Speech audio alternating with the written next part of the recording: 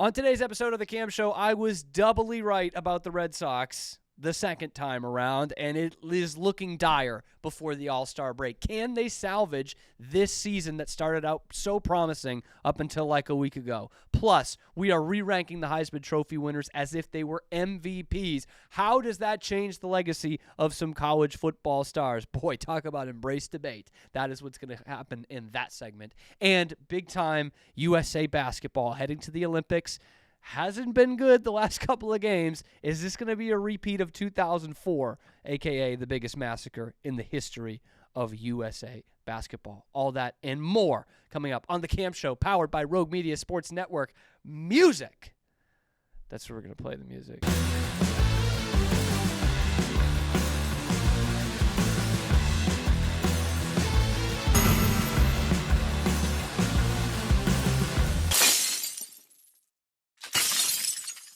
I am Cam Stewart. This is The Cam Show on Rogue Media Sports Network. Initially, I was wrong about the Red Sox, and then I was right, and then I was wrong again, and it's been this way the whole year. But I came out here last week, I put my balls on the table on this show and talked about how good this team was, how bad the Yankees suck, how this gap is going to shrink, and that the Red Sox are going to be a playoff team. And I even boldly said they might be a playoff team even if they don't make a splash at the trade deadline. I'm here once again to tell you that I was wrong. I was wrong about that. And even if they do make a move or two at the trade deadline, I don't know that there's any guarantee that this is going to be a playoff team. Since the All-Star break, it has been just bad. Nothing but bad, really. I looked at it as if I finally gave my heart over to the Red Sox by the All-Star break. I finally gave them the power of attorney. And right after the All-Star game, they just pulled the plug on me right away. Life support gone. Because they have just sucked since then. 4 games, 4 losses. First 4-game losing streak in a couple of months. And all of a sudden, that gap that they took a month to shrink down against the Yankees is gone. Now it's like 5.5 games. That's a pipe dream. 6.5 games, I believe. That's a pipe dream now. And you got to worry about the teams like Kansas City and Minnesota who have been consistent all year and are now ahead of you in the wild card race. And the Red Sox have, depending on which publication you go off of, either the first or second hardest schedule for any of these playoff teams throughout the rest of the year. It's not looking good. It is not looking good. In fact, in the 4 games since the All-Star break, they have had the lead in every one of them, and they have lost each game. And on Saturday against the Dodgers, they had the lead 3 fucking times, and they lost. In Colorado last night, they had the lead twice, still lost. Lost to the worst team in the National League. Colorado. Yeah, it's not playing for anything. They beat you in 12 innings. And it just, they're finding ways to lose. They are just like ripping your heart out in these last few games. They have blown it every time.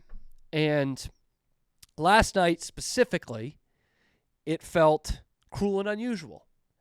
Because first off, they fall down 4-0. So they don't have the lead right away. Their all-star pitcher, Howe, coughs it up against, again, the Rockies, the Colorado Rockies. But I'm going to flash forward to the 11th inning where they have a 2-run lead. Okay? All they got to do is close it out. Kelly's in the game to close things out. You got the ghost runner at second, 7, 8, 9 in the Rockies lineup.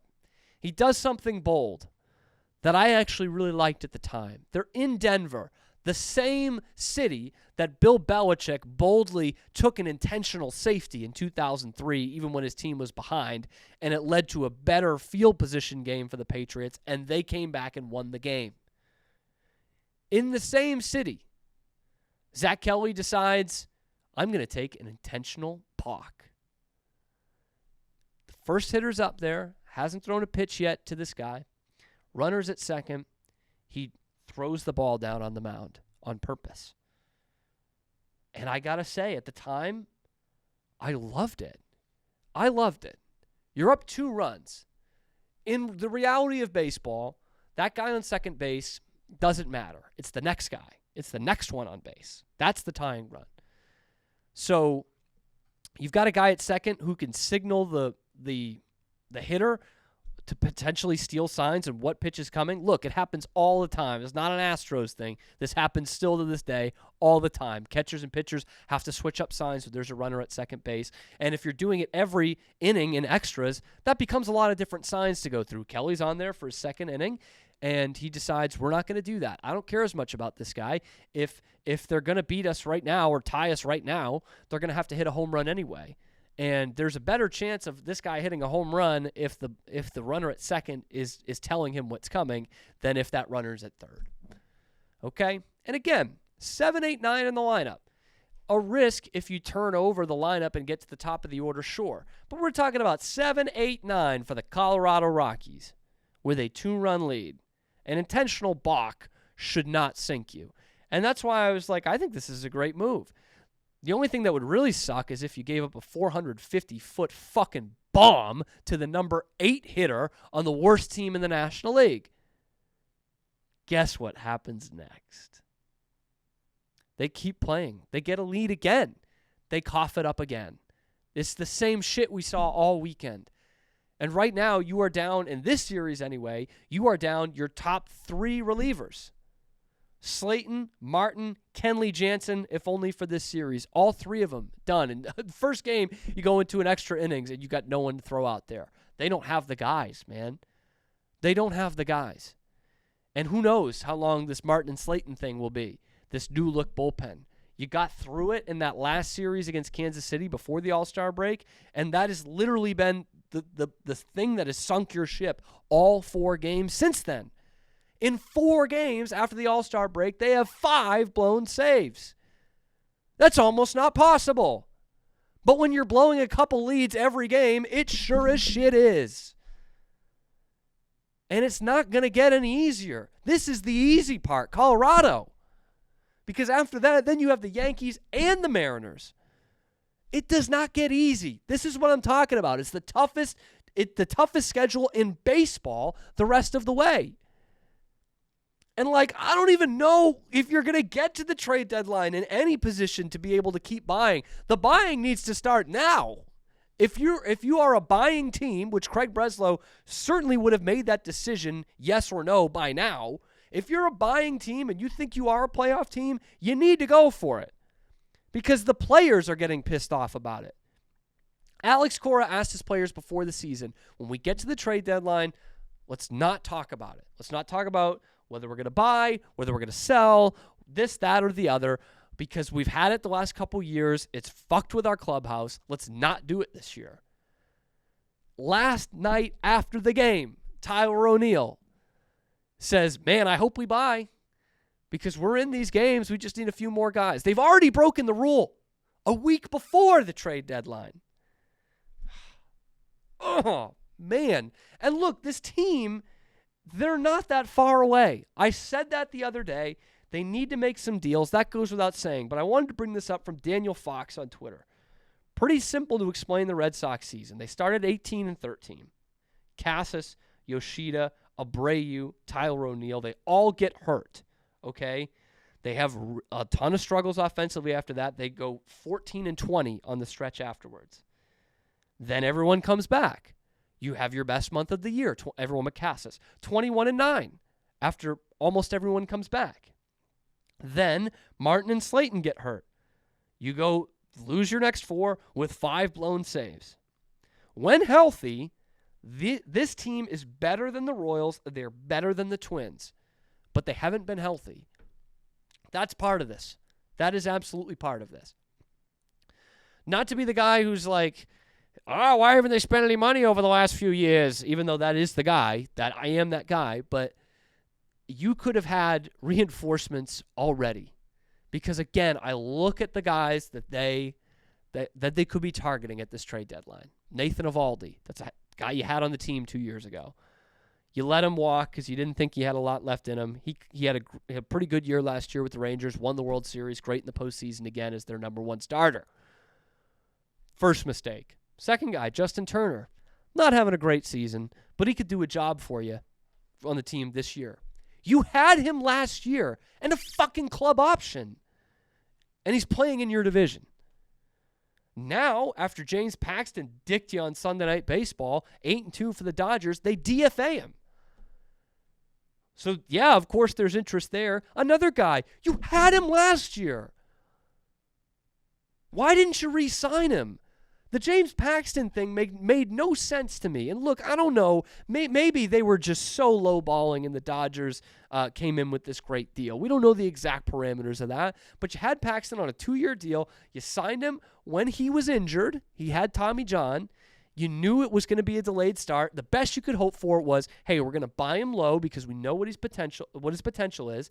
When he comes back and he's healthy, if he can be a serviceable starter for us, then we can buy him again on the cheap. Everything worked out. He came back. He had a good year last year. You could have bought him on the cheap, and then you fucking didn't. And now you're like going to trade for him again. Well, DFA, maybe not. I guess not. It's just all of this shit could have been figured out already. But now they're a team that can't withstand injuries. A lot of teams can't, but the best teams can. And that's how close you were to being like that. Instead, we're searching for answers after 4 straight losses out of the All-Star break. This was the team that not just me, everyone was starting to buy into. You know, the MLB fans in general were like, wow, watch out for this Red Sox, man. You had your best month of the season. The Yankees had the worst, and now might be everyone's back to normal. Because you look like a non-playoff team. The Yankees are getting hot. Here we go. You've got to take the next 2 against Colorado. You just have to. And you got a Seattle team that's reeling. After the Yankees, you've got Seattle, who are being overtaken by the Astros. They just lost a big series to them. You got to start beating some good teams here. Got to start beating some good teams. And it starts with bringing some new guys in through the frickin' door, because it has been just abysmal. In the last 4 games, their bullpen has had a 7.20 ERA and a 9.92 OPS against. That's fucking horrible, man. That's horrible. The time is now, or else it's going to start falling out of your hands. Because, again, you might be a better team than Minnesota and Kansas City when you're healthy, but you're not healthy right now, and they are. They're going to keep winning. You got to start making some moves now. Because, again, that Seattle series, that's a team that's going to be battling for a wild card spot. Houston's going to win that division. You're going to be battling in wild card spots for Seattle, New York, Minnesota, Kansas City, and maybe even Texas if they get hot. This is going to be a congested wild card race. And the time is now, because if not in these next couple days, you might be out of it. You might be out of it with 60 games to go. But at game 100, it's not looking peachy, because we don't know when those reinforcements are coming. Kreggles, baby, the time is now. This is the Cam Show on Rogue Media Sports Network.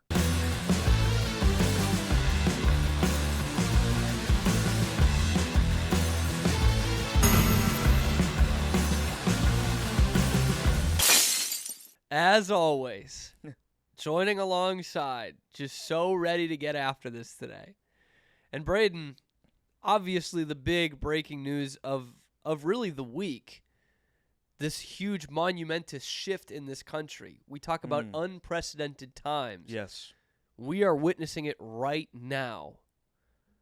Because Aaron Rodgers played like 1 drive last year, right, and he still cracks the top 100. Number 92.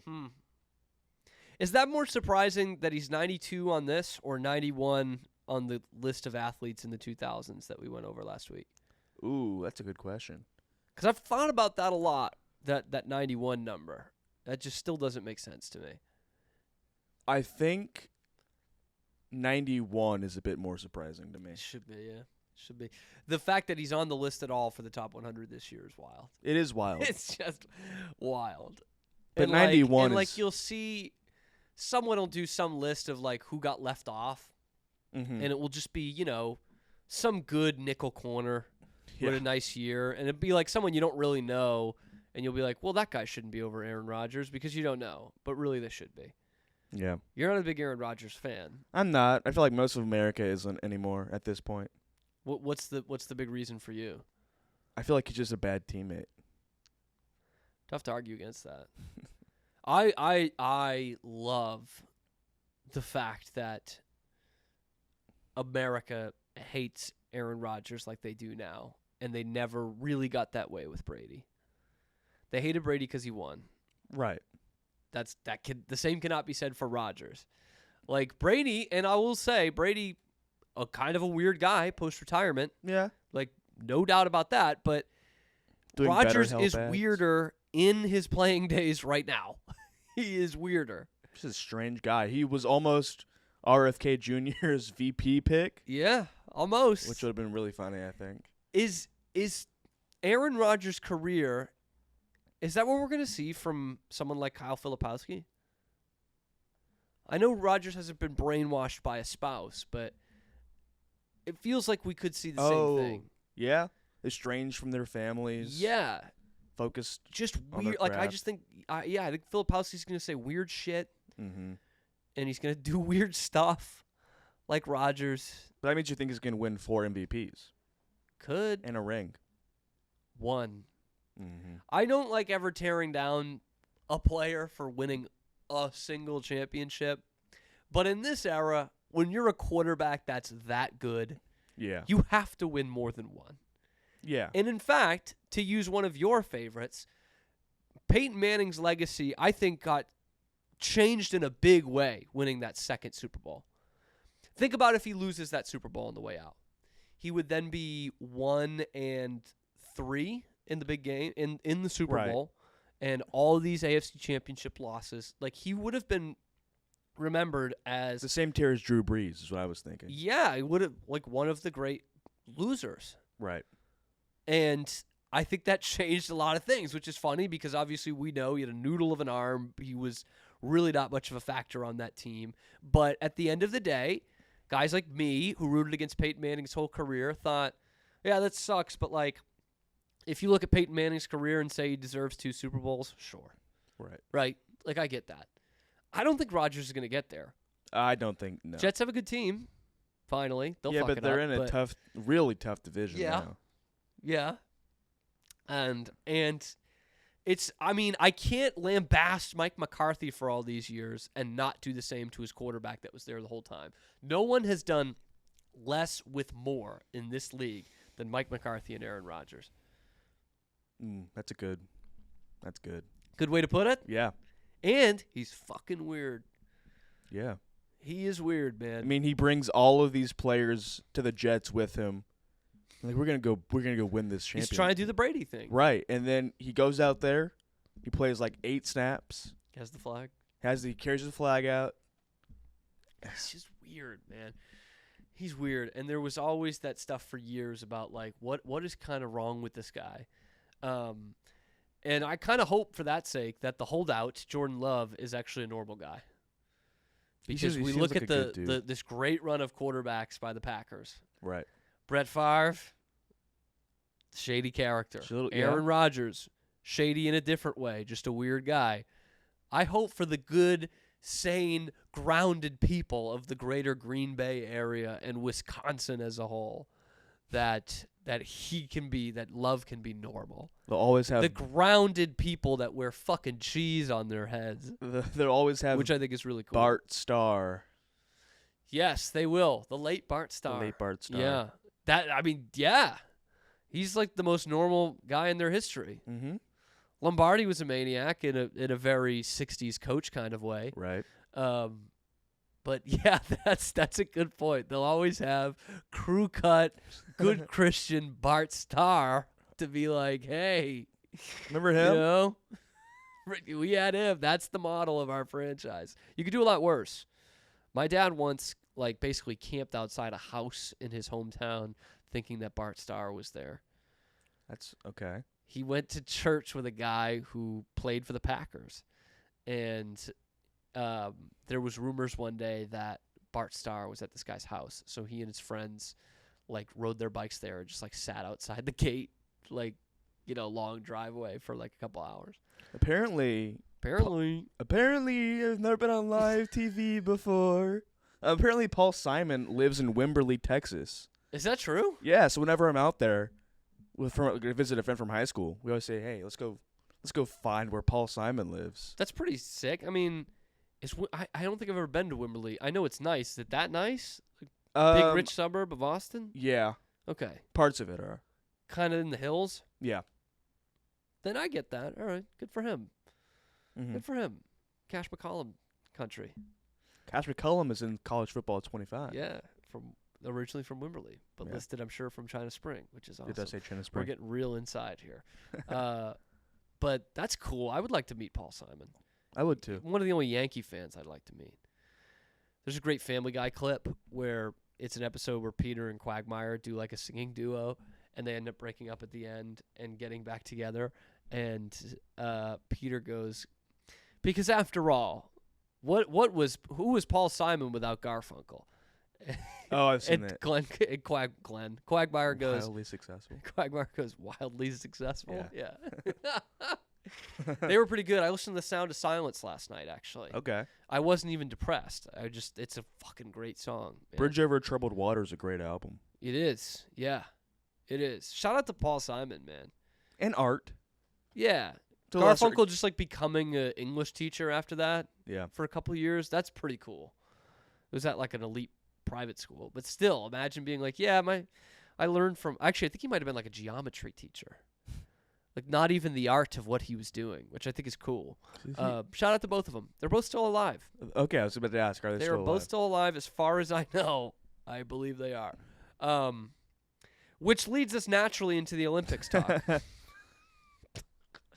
Actually, Paul Simon does a really great tribute on Joe DiMaggio Day at Yankee Stadium. There's a good video of it on YouTube where he sings Mrs. Robinson, and specifically that part. And actually, Mrs. Robinson is going to link to something we're going to talk about tomorrow. I think we're going to talk about tomorrow anyway. It's something I want to talk about tomorrow. But we've seen the U.S. Olympic basketball team the last couple of games struggle to get by. Beat South Sudan by 1. Beat Germany by 4. They needed a vintage LeBron fourth quarter effort to get over Germany. Now, these are just tune-ups, but starting to get a little hairy there, Braden. I was saying this is one of the best, if not the best roster they've had since the Dream Team. And the Olympic Games start in a couple days here. Yeah. Their first game is Saturday. And they've got South Sudan in the group, by the way. That's game number 2. And I'm starting to worry about this team a little bit. Yeah, they haven't been super convincing in their dominance outside one or two beat-ups, but They beat Canada handedly. Yeah. Handed. but they were down to Canada by like 10 at one point. Sure. They were maybe. just I playing don't with them. remember. So it makes me think of the great disappointment in U.S. Olympic history, almost of any sport, really, because they've had pros in the basketball competition since '92, and the U.S. has won all but one gold medal since then. Mm. Braden, let me take you back to Athens, 2004, where the U.S. won bronze. Mm. Bronze. That's insane. That's That is disgraceful. unfathomable. That's disgraceful. And what sucks the most about it is these were really good Team USA uniforms. Very basic, but also quite cool. Just big USA, big letters. They had a red uniform that looked cool. And you look at it, and I watched a video about this the other day. It's pretty funny how it was like the perfect storm of not good coming together. So first off, Larry Brown is the coach. Larry Brown's just coming off winning the NBA title with the Pistons like a month before. But as is known with Larry Brown, he doesn't stay place as long, and one of the reasons why is his relationships usually run dry, specifically with star players, and that's why he couldn't really coach in the league just a few years after that. The NBA had gotten too player-driven for someone like Larry Brown. He couldn't adapt. So Larry Brown's the coach. He is complaining at every corner. He is complaining about something.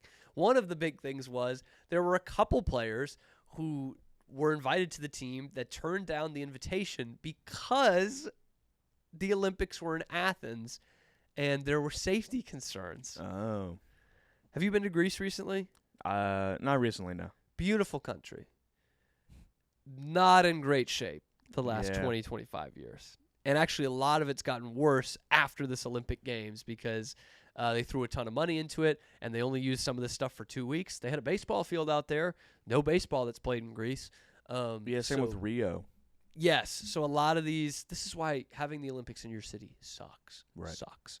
Boston had a chance to have it in this 24 when I was in high school. And I was like, please, God, no. Like that was going to be terrible. And these buildings sit dilapidated and all that. But Greece, for all intents and purposes, is like a second and a half world country. It's pretty close to a third world country at this point. And so some players don't show up because of that. And what you get, Braden, is the youngest Olympic basketball team, pro basketball team, I should say, in U.S. history. And you look down this roster at the ages, 22, 22, 20, 19, 21, 21, couple of 24s. And then you look at the names on the roster, and you're like, how did we expect gold? Because, of course, they expected gold. But Allen Iverson's your captain. Has anything ever struck you about Allen Iverson that's like captainly? No. The guy whose most famous moment is ranting about how basically Practice. he shouldn't have to go to practice. Yeah. Essentially. So you got this gets wild. So Iverson and Tim Duncan are the captains. Tim Duncan, yeah. just Very doesn't really have a great tournament overall. Like very captainy, I would say. Very captain. Very captainly. Yeah, he's won 2 titles by then. You have a very young LeBron, a 19-year-old LeBron who's just finished up his rookie year. You've got a very young Carmelo Anthony who's just finished up his rookie year. You've got a very young Dwayne Wade who's just finished up his rookie year. And then the rest of it. Stephon Marbury, Carlos Boozer, quite young. Emeka Okafor, who, if you see the team listed, it is UConn Huskies. That's right. He had not played in the NBA yet. Sean Marion, Amare Stoudemire, both guys, pretty good in their peaks, but I would argue neither of them were really at their peaks right here. Marion probably. Lamar Odom. Yeah. And Richard Jefferson. Richard Jefferson. Famous TikToker, Richard Jefferson.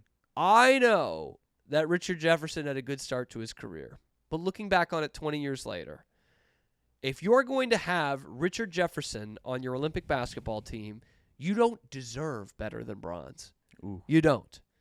The U.S. came into this tournament. They had never lost a game at the Olympics with the pros. Never lost. And in this tournament, they lost thrice, Braden. Thrice. A national embarrassment, if you will. Mm-hmm. And it's just all kinds of tumult going on. Iverson shoots less than 40%. There was one game, I think in one of the knockout stages, that LeBron played like 10 minutes.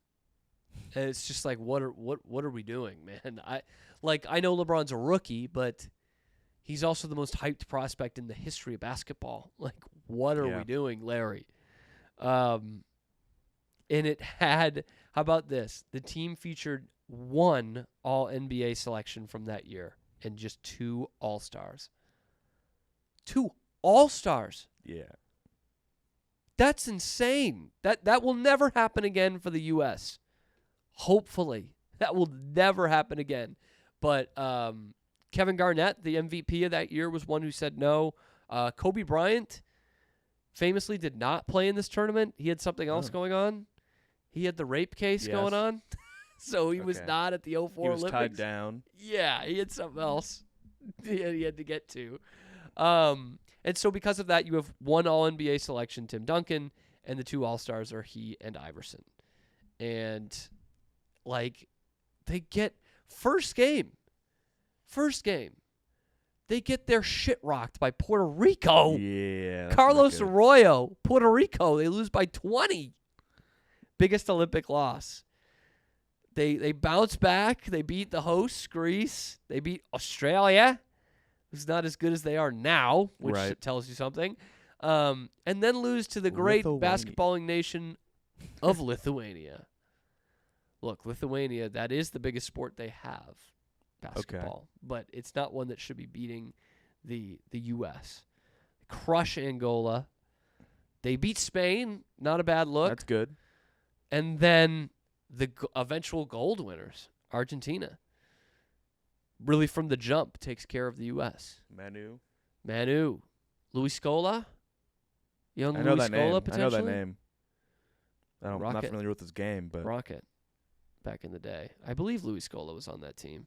When I go to click on it, it doesn't give me the 2004 team. So, nope. Yeah, it doesn't. But yes, Manu was definitely their best player. And then the U.S., to save some pride, beats Lithuania in the rematch so that they can at least get a medal. Could you even fathom, Braden, the U.S. winning a bronze medal? that's when in their loss to Lithuania, can you guess who USA's leading scorer was? Oh, God. It's going to be someone stupid, isn't it? He had 20 points. Richard Jefferson. Yeah. Yes! Richard Jefferson How, had 20 bro? points. How? Also, how did Richard Jefferson... This might be a better, like, Richard Jefferson discussion here. Like, how did he just, like, fall off the planet? Because I kind of say it in jest, but he did have a good first couple years and was a high draft pick, and Did he then win? was done. Did he win a championship in college? I don't know. I'm not familiar with it. I'd have to double check that. I think he just missed their 97 championship in Okay. Arizona. He would have, yeah, 98 to 01. So he played in the 01 championship. They lost to Duke. Okay. He and Gilbert Arenas Ah. playing together and lost to a Duke team that had Carlos Boozer, Shane Battier, Mike Dunleavy, the great Jay Williams. In case you were wondering about that, Mike Dunleavy Jr. Like, he doesn't have like a huge injury that's like completely changes his career. He's just, I don't know, after like, I don't know, 06 or 07, he does have some injuries in there, but it's not like, oh my God, he tore his ACL, was never the same. Yeah. Ruptured a ligament in his left wrist, which made him miss 49 games. And like, he's done. He's never good again. But he's friends with LeBron, so that's He how is got friends his with ring. LeBron, and he won a championship with the Cavs. Yeah. He was on the end of the bench for that team. Yeah, I just look at this roster and I was like, how did we even expect this to win gold? Like, genuinely. This, I guess the context is different because this is when it was seen as like the world caught up. And they did. They did. You look at it now, and Yeah. there are some other teams that are good. Shouldn't be any as good as the U.S., but it's as even as it's been probably ever in the international game. Luis Scola had 10 points in the Scola. Argentina loss. He was pretty young. Yeah. But yeah, you look at, teams like Spain all the time are good. By the way, this Spain team had Pau Gasol and probably Mark as well, if I had to guess. Spain's usually good. Australia's pretty good usually. Australia's decent. Yep. France is obviously on the come up big time. They're a threat. The Bahamas. The Bahamas, brother. Watch out for the Bahamas at the next Olympics. Yeah. Okay. Buddy Hield will be pretty old, but that's okay. They got VJ. You got Ayton. You'll have VJ Edgecombe. Eric Gordon will finally have to, I think, retire at that point.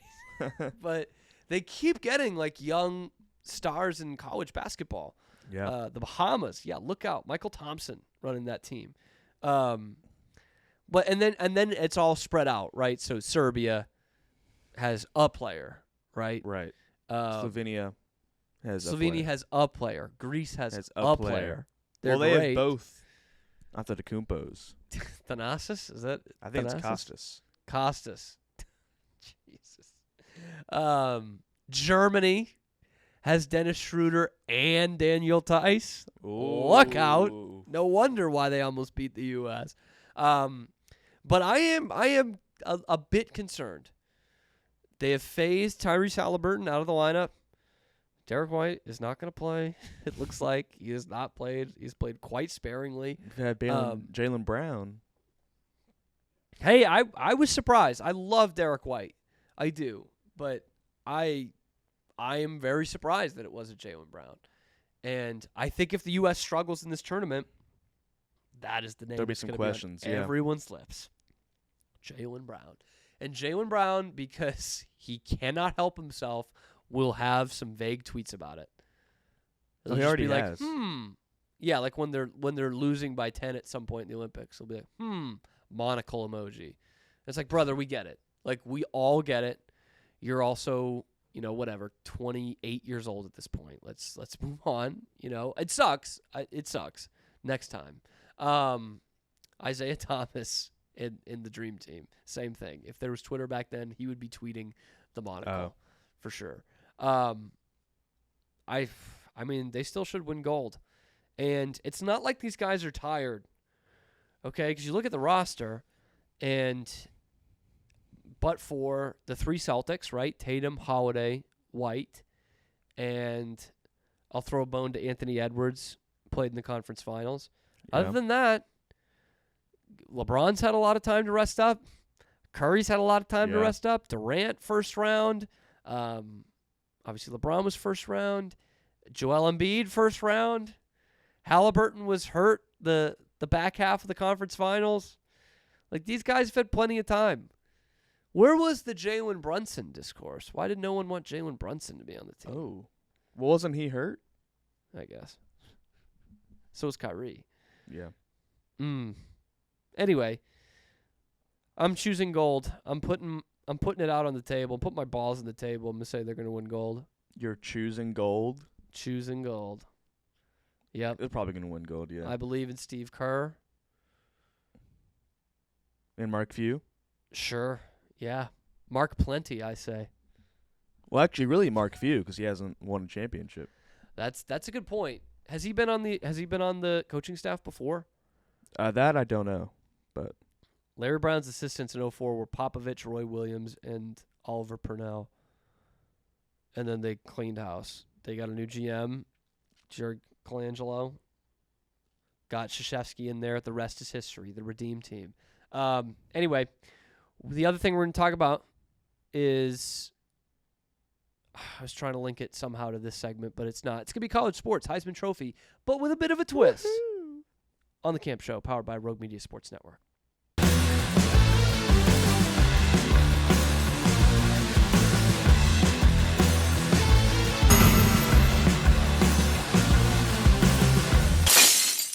Cam Show. Braden Murray alongside Rogue Media Sports Network, bringing it to you on the 21st floor of the world-famous Alico building in Waco, Texas. Man, that might be too exact. What if we get some crazy fans? In studio. Cut that out. 21. The Colt Brennan Memorial Studio, who was really the inspiration for this next topic I'm going to bring up. And that is, we're taking a look at the Heisman Trophy, something that you like a lot, the Heisman. I'm a fan of the Heisman. You're a big fan. You can name them all. I can't do that, but You're pretty close. yeah. Anyway, I thought it would be interesting because we hear this debate every year in pro sports of the MVP. Is it the best player, or is it, like the name suggests, the most valuable player? The Heisman has never had such a quarrel because they are pretty out there. It's like, this is the best player. Yeah. With the best, off the field standing. They haven't really had any problems with off the field guys, like off the field problems with Heisman winners, except for that one, 1968. In 2013, you had Jameis Winston. His whole thing. Yeah, but if you're going to say Jameis Winston, then you would have to say 2012. Johnny Manziel. Yeah. Yeah, I mean, so he said fuck her right in the pussy. Who gives a shit? Stole some crab legs. Oh, well. Johnny signed some autographs. I think the 68 winner was a little more problematic. Yeah, that's a OJ. good point. That's a good point. But anyway, all that to say, what I wanted to do, Braden, in this exercise was look at the Heisman Trophy as if it were the MVP, and really putting some value to the value that these guys bring to their team. And because I like that. I like guys who can carry teams. And not to say that that doesn't happen with some of these Heisman Trophy winners, because some of them will stay the same. But I want to do a revisionist history of the last 10 years. I kind of really want to go 15. Okay. I kind of want to go 15. We'll just have to go quicker. Yeah, which would put us at 2010. I think that's a good spot. Okay. So that's 14, 2010 to 2023. So we're looking at from Cam Newton to Jaden Daniels. Yes. Okay. Yes. And I've got him in front of me. So basically what it needs to be a Heisman finalist. Mm-hmm. As much as I would love to do Heisman Trophy voting, there's just not I couldn't get them all in one list. So we're doing Heisman finalists. And that's why it was born from the Colt Brennan thing, because he was a finalist in 07, but he had better stats in 06 when he finished 6th. And he was clearly the most valuable to his team's success. So, all right, 2010. We have Cam Newton as the winner, Andrew Luck, LaMichael James, Kellen Moore. This is the first one that's going to stay. As much as I'd like to do Kellen Moore for Boise State and and helping them and being the winningest quarterback in history at the time, Cam Newton was incredible. Yeah. And I think the next year Auburn was 4-8. So without Cam Newton. So that just kind of goes to show he was everything. And they have some crazy stat. They only had like a handful of guys who even made it out of training camp in the NFL with that team. Like this, we're talking the SEC, man. Yeah. And Cam Newton carried them. Do you have any thoughts on 2010? Would you change that? No, it's Cam Newton. Okay. 2011, we have Robert Griffin III as the winner. Andrew Luck again as a finalist. Trent Richardson, Monty Ball, who set the touchdown rushing record, I believe, and Tyrann Mathieu from LSU. So far, so good, because we're sticking with the winner. Yeah, I'm going again. with RG3. Bit of a homer, but I mean, put Baylor on the map again. Yeah. This is where kind of the value thing really comes into it, because they didn't play for a national championship. Only one of these guys did. Two of these guys did. Matthew was in there as well. But they had not made a bowl game in 16 years until the year before, when RG3 led them to that and really took them to the next step. They beat OU for the first time. It was really the first time people were paying attention to Baylor football in a long, long time, maybe ever. So RG3, no Heisman winner other than Doug Flutie has had a bigger impact on their entire school. And that's what is RG3. That's what an MVP is. Yeah. That is a long-lasting effect. 2012, Johnny Manziel, winner.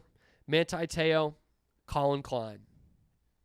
This might have been the toughest one to pick in terms of the value for me. It's not going to be Johnny Football. I don't think it is. As great a year as he had. Whew. I mean, looking at his numbers, it's not even at least passing numbers here in college. His next year was better. Yeah. I am going to give the slight edge to Manti Te'o. Yeah. Because he and Colin Klein both carried their teams. Colin Klein did it in a more traditional way as the quarterback. Good, thank you. Got Kansas State to #1 in the country for the first time. Lost to Baylor. But for that loss to Baylor, they would have been in the national championship game. Right. Notre Dame was in the national championship game. And Manti was a man amongst boys. And they did not have a great offense. They did not have a great quarterback. And Manti was just all over the field defensively. Right. He was clearly the heartbeat of that team. And made a legit regular Heisman case, not just value, So I'm going to go Manti. This is where we're split hairs. You either one guy's in the national championship, the other isn't. Like Colin Klein wins this award most years. Manti had 7 interceptions, which is very impressive. Yeah. Oh man, that's although crazy. He did get catfished, which isn't his fault. But it's kind of funny. It is a little. It's a little bit funny. 2013. I feel bad for the guy though. 2013. Yikes. Jameis Winston, the winner. A.J. McCarron from Alabama. Jordan Lynch, you might remember, the quarterback from Northern Illinois. Andre Williams from B.C. Yeah, Boston College had a finalist that recently. And Manziel and Trey Mason. Big cast there. Bryce Petty just below them at 7th. Yeah, boy, did he have a good year. This one was also kind of a tough one to pick because I think I'm going to stick with. I think that's easy. The This is winner. easy for me. I'm going with Jameis. And the only reason why it made it tough because I was like, well, where would Northern Illinois be without Jordan Lynch? That's a little bit too much of a stretch for me. Auburn was also in that championship game, but Trey Mason was great that year. But there was so much fluky shit that happened for Auburn to get there that it doesn't, I think, fall on one person. So I'm going to stick with the winner. 2014, Marcus Mariota, Melvin Gordon. This is where we were supposed to start, by the way. Yeah. Melvin Gordon This is a from good Wisconsin and Amari Cooper from Alabama. I am going to stick with the winner again. This was not a good Heisman class. It was a runaway win for Mariota, and they played in the national championship game. That's true. I think I'm going Melvin Gordon. Really? Yeah. Just because, I don't know, the numbers, 2,500 yards, nearly 30 touchdowns on Wisconsin. I think that's... But you remember what Wisconsin did that year? They went 11-3. You saw it because it's in front of you. Yeah. But that's the thing. It's like the only one that I think we've done that you can't really remember what the team did, I think for a lot of people is RG3. But Oregon in the national championship game. True. That's the decider for me on that one. 2015, Derrick Henry the winner, Christian McCaffrey Stanford, Deshaun Watson Clemson. This one was a bit tricky. Yeah. Because it kind of goes against a lot of what I'm saying. Deshaun Watson, let me say this. We'll get to him. Okay. We'll get to him. I want to pick the least accomplished of the guys here. For as far as the team, I want to pick Christian McCaffrey. I thought he should have won it anyway. And Stanford went to the Rose Bowl. They won it. This was his good Rose. Yeah. Okay. And he destroyed Iowa by himself. But the other two guys played in the national championship game. Derrick Henry won it. Derrick Henry had a great year and everything. But that Alabama team was stacked. That defense was incredible. Clemson was really the feel-good story of the year. I'm gonna stick with McCaffrey though. That's a good pick. Oh man, that's not gonna be good. We don't think so? It goes against my criteria. But if we're talking about like a one-man team. One-man show, that's the thing. That is the thing. And he was the one-man show of those three. Oh man. Yeah. Going with Christian McCaffrey. 2016, LaMarcus Jackson's the winner. Baker Mayfield, Jabril Peppers, two-way guy from Michigan, Deshaun Watson, and Dede Westbrook from OU. I forgot Dede was a Heisman finalist. Had a great year. I said we would get to him. Yeah. And this would be our first problematic winner.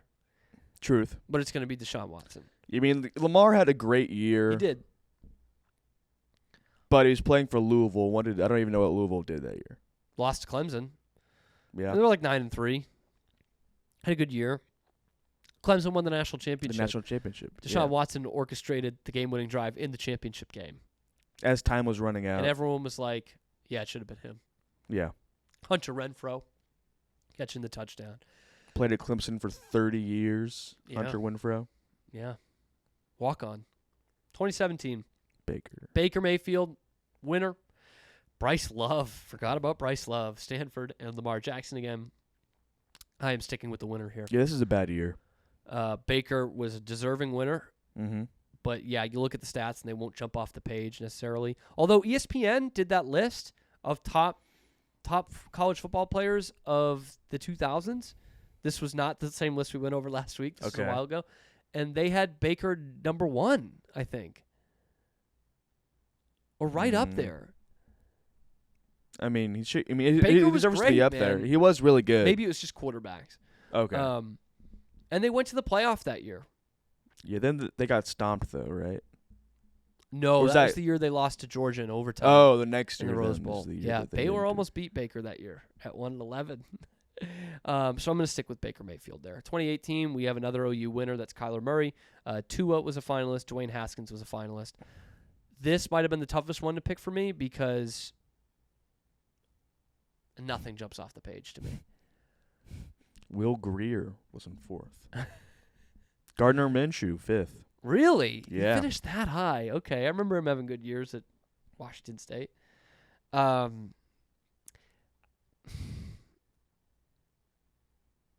I mean, Alabama goes to the championship game. Yeah, they lose to Clemson. OU gets blown out. No. No. Yes. Yeah, they do. Yes, they got blown out. They got blown out again the next year. I don't remember what Ohio State did. It wasn't really a blowout. They lost by 11, but They lose in the playoff? yeah, they lost to Alabama. Okay. I guess Tua? I think it's Tua. I guess. He sucked in that championship game. He got benched. Yeah, I guess. I guess Tua. I don't know. Kyler should have won it in real life, in terms of what they went for. He was off the charts. Like, he was really good. But, all right, 2019. Joe Burrow was the winner. Jalen Hurts, OU. Justin Fields, Ohio State. Chase Young, Ohio State. That's also a good year. Good year. But it's very closer clearly, than you think. Yeah, but it's clearly Joe Burrow. But I'm sticking with the winner. I think Jalen Hurts makes a really good case in our year. criteria here, because they lost early on and they needed to win every other game to get into the playoff, and that's exactly what they did. We saw him overcome a 28-3 deficit here in Waco against Baylor, and then beat Baylor again in overtime in the Big 12 championship. And Jalen Hurts was a big part of both of those, obviously. And Justin Fields goes to the championship game. But it is Burrow. It's still Burrow. It's one of the great quarterbacking seasons ever. He did have a lot of talent around him, right, which kind of goes against our argument a little bit, but he was the most valuable player on the most valuable team. And one of the great teams of my lifetime, I would say, that LSU team. They're just a ton of fun to watch. 2020. That's weird. They don't have the winner listed first for the first time. Devontae Smith is the winner. Mac Jones from Alabama, Trevor Lawrence from Clemson, Kyle Trask from Florida. I'm picking Trevor Lawrence here. Ooh. Yeah, I thought Devontae should have won the trophy, and he did. But it's tough for me to do a value award when you have another finalist from your team. Okay. And I look at Trevor Lawrence's career at Clemson. 3 regular seasons, they lost 1 game while he was there in those 3 regular seasons. It was in 2020. It was against Notre Dame. And Trevor Lawrence didn't play. So for me, that's a hell of a good value, Braden. That's a hell of a good value. He's the best quarterback in the country. He was the top prospect, and his team won all the time when he was out there, and won a national championship with him in 2018. So I am going to pick Trevor Lawrence almost as a career achievement award there, but also a lot of value. Yeah. To me, it's still kind of surprising that he didn't end up winning the Heisman. Yeah. For as good as he Andrew was, Luck, for as long as he was in college. I was thinking about Kyle Trask, but then I looked at the team page, and they lost by 35 to Oklahoma in the Cotton Bowl. So sorry, Kyle. He had a good year, but and yeah, he did in Florida. Good numbers. Kind of came out of nowhere a little bit. Yeah. They had that really high-scoring SEC championship game. It felt like my days of youth to have Florida versus Alabama in that championship game. But, yeah, just not quite enough. 2021. Again, they don't list the winner first. Ugh. Bryce Young, Alabama. Aiden Hutchinson, Michigan. Kenny Pickett at Pitt. C.J. Stroud at Ohio State. It's also a good year. Will Anderson at 5th. I'm picking Aiden Hutchinson. I was thinking about this on the We'll Drive Over, too. I'm picking Aiden Hutchinson. I'm going with Aiden Hutchinson. He was a monster on the defensive end. Michigan was a great defensive team. Yep. Talk about kind of coming out of nowhere. They were, top 10 a lot of the season, but Harbaugh could not win the big game. Couldn't get over the hump. Holy shit, they beat Ohio State. Yeah. They beat them, finally. It had been like 10 years. And then they go to the college football playoff, and Aiden Hutchinson is a huge reason why. Becomes the number 1 pick in the draft. Bryce Young, great year and everything. But for me, and by the way, Bryce Young does go to the national championship game that year with a great Alabama team. They lose to Georgia. And Stroud has a terrific year as well, but I am picking. That's a good pick. I'm going with, I think that's the objectively correct. Thank you. Thank you, Braden. That's why we keep You're very welcome. 2022. The winner was Caleb Williams, Southern Cal. You also had C.J. Stroud again, Stetson Bennett from Georgia, Max Duggan from TCU. Those are your finalists. I'll let you take the lead on this one. This one's going to hurt. Okay, we have the same opinion. Okay. I don't like doing this one as a proud Baylor alum. Right.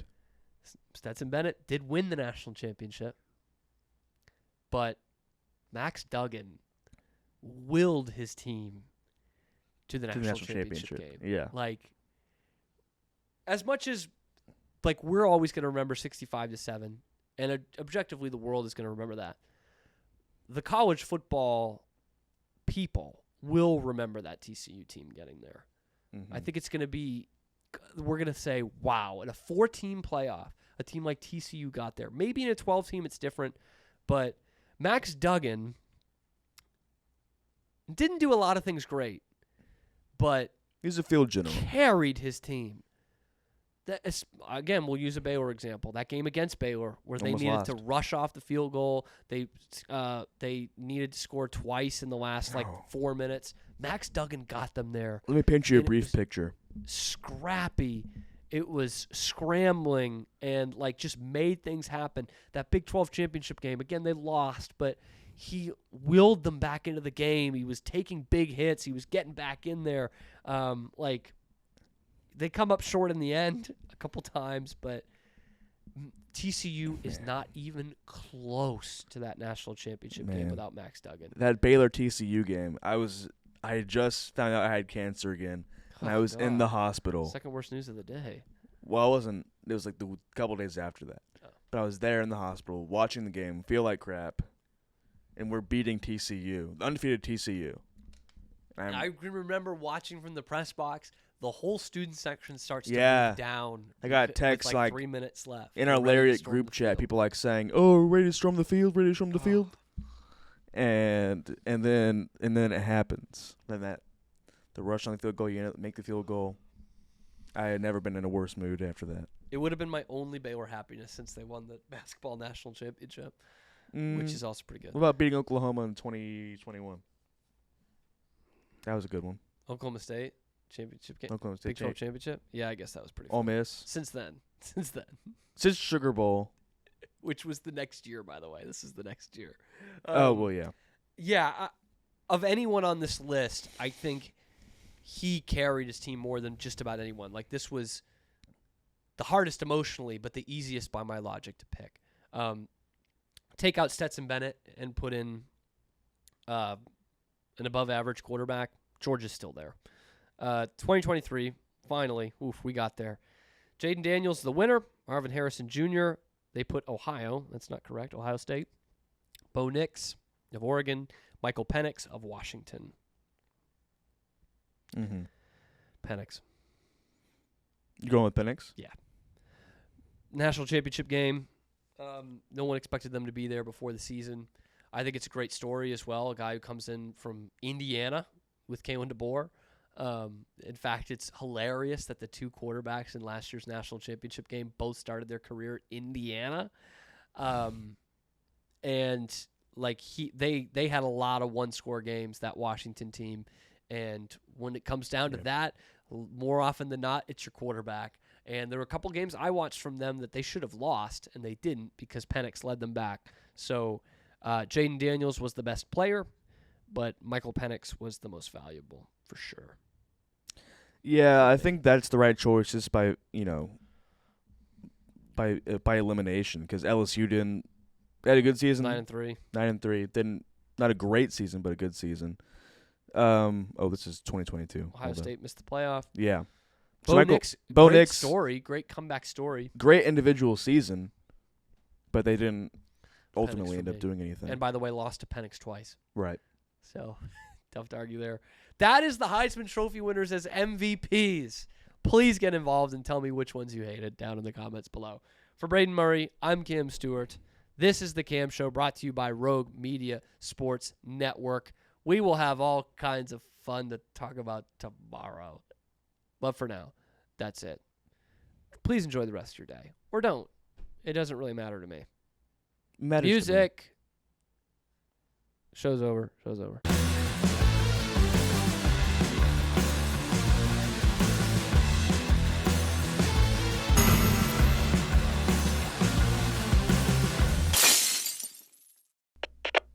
We